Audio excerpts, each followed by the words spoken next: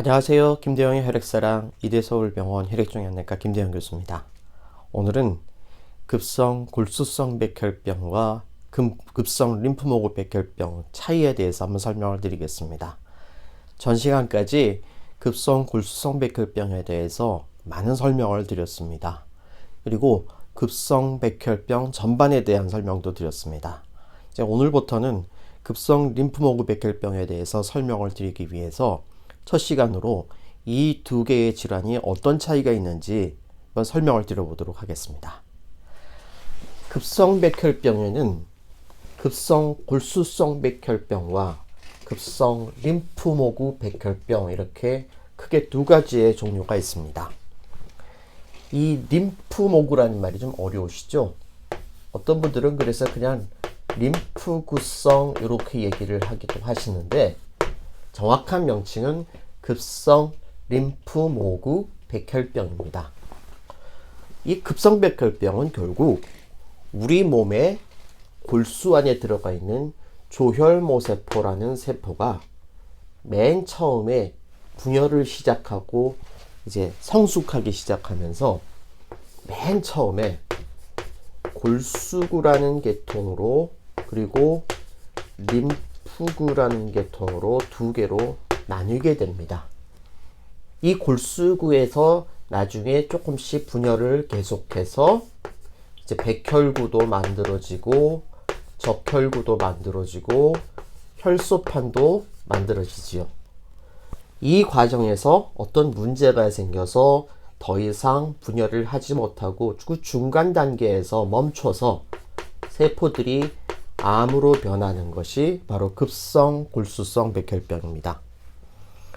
림프구로 분열된 이 세포의 단계가 결국은 쭉 분열로 돼서 마지막에는 이제 T림포구, B림포구, NK림프구 이렇게 세 가지 형태로 나뉘게 되는데 이 중간 단계에서 어떤 문제가 생겨서 백혈병으로 변하게 되면은 이것을 급성 림프모구 백혈병이다 이렇게 얘기를 합니다.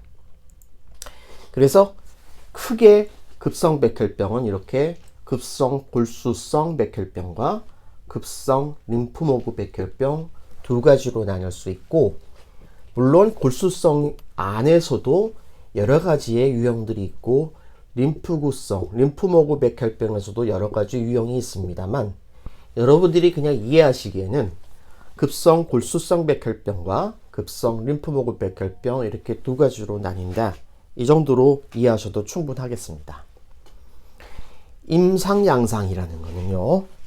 환자가 처음에 급성 백혈병으로 진단이 됐을 때 어떤 식으로 차이를 보이느냐 그럴 거를 임상양상이라고 얘기를 하는데 사실 급성 백혈병은 처음에 나타나는 형태는 거의 비슷합니다. 환자분들이 백혈구, 적혈구, 혈소판 이런 수치가 떨어지고 나중에 이 골수 안에서 이 백혈병 세포들이 증식을 하면서 점점점 늘어나게 되면은 이제 혈액 쪽으로 이제 골수에서 벗어나서 혈액 쪽으로 이런 백혈병 세포들이 흘러나오게 되는 것은 두 개가 매우 비슷합니다. 그래서 사실 처음에 급성 백혈병이 진단될 때는 이 두 가지 질환을 구분하기가 쉽지 않습니다. 이 두 가지 질환을 구분하는 데 있어서 그래서 반드시 중요한 게 골수검사입니다.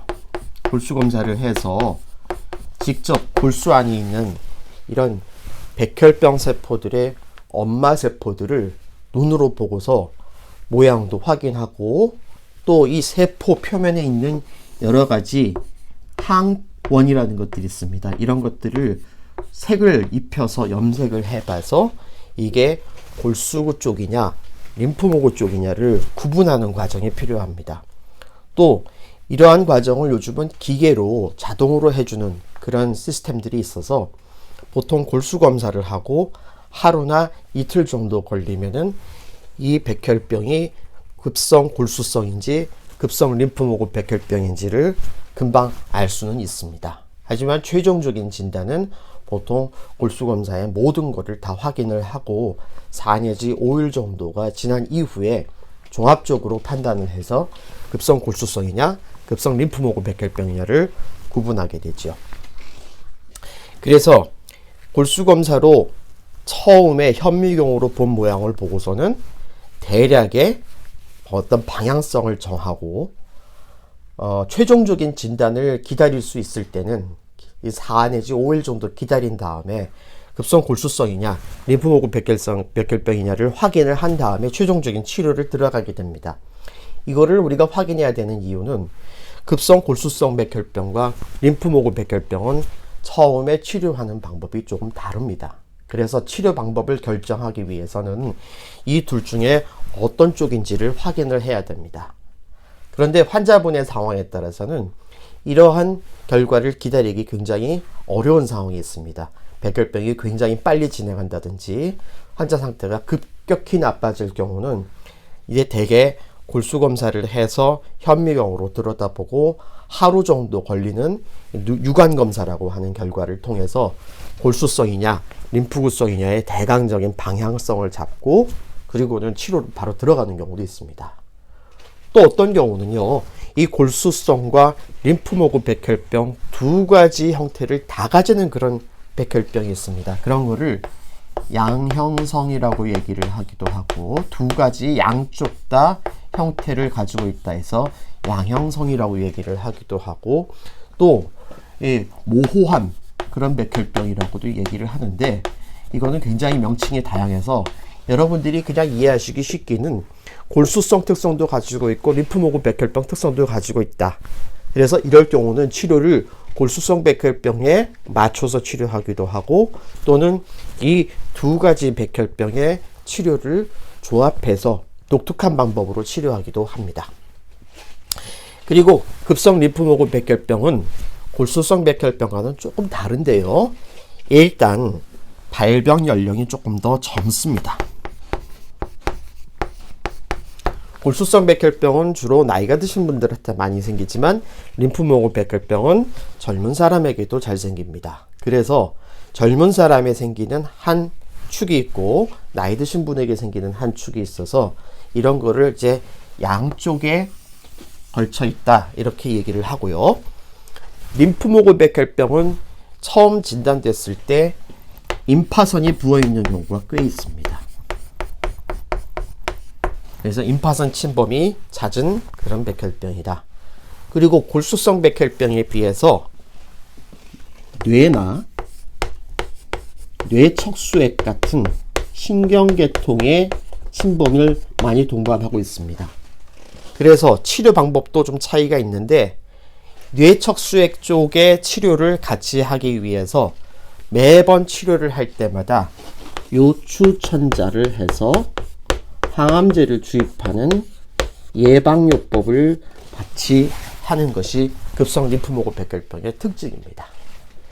치료 방법에도 차이가 있습니다. 골수성 백혈병은 일반적으로 전 세계적으로 두 가지 약제, 제가 앞서 말씀드렸죠. 안스라사이클이라는 약이랑 하나와 시타라빈이라는 약 두 가지를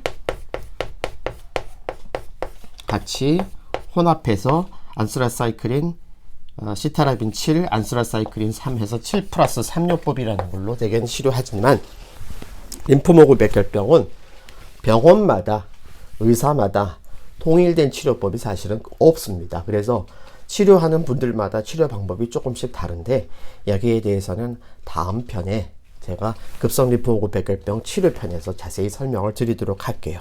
그리고 방금 말씀드린 대로 뇌척수액, 요추, 항암 이런 치료들이 추가적으로 필요합니다. 그리고 급성 림프모구 백혈병은 골수이식을 하는 그런 적응증도 골수성 백혈병과 조금 다릅니다.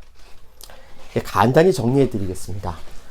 급성 백혈병에는 골수성 백혈병과 림프모구 백혈병 두 가지가 있다. 그리고 이러한 두 가지 특성을 다 가지고 있는 양형성 백혈병이라는 것도 있다. 모든 급성 백혈병이 대개는 처음에 비슷한 양상을 보이지만 이제 림프모구 백혈병은 조금 더 젊은 나이에 많이 생기고 또 이런 임파선 침범이 많고 뇌나 뇌척수액을 침범하는 경우가 많다. 그래서 이러한 것들을 우리가 구분하기 위해서 골수검사를 통해서 좀 더 모양도 보고 여러 가지 자세한 검사를 통해서 이 두 개를 구분을 한 다음에 치료를 결정을 해서 치료가 들어가게 되고, 치료하는 방법은 조금 다르다. 림프모구백혈병의 치료는 아직까지 통일된 치료는 없다. 이렇게 이해하시면 되겠습니다. 예, 오늘도 혈액질환으로 치료하시는 저희 환우분들과 그 가족들의 건강과 행복을 기원합니다. 감사합니다.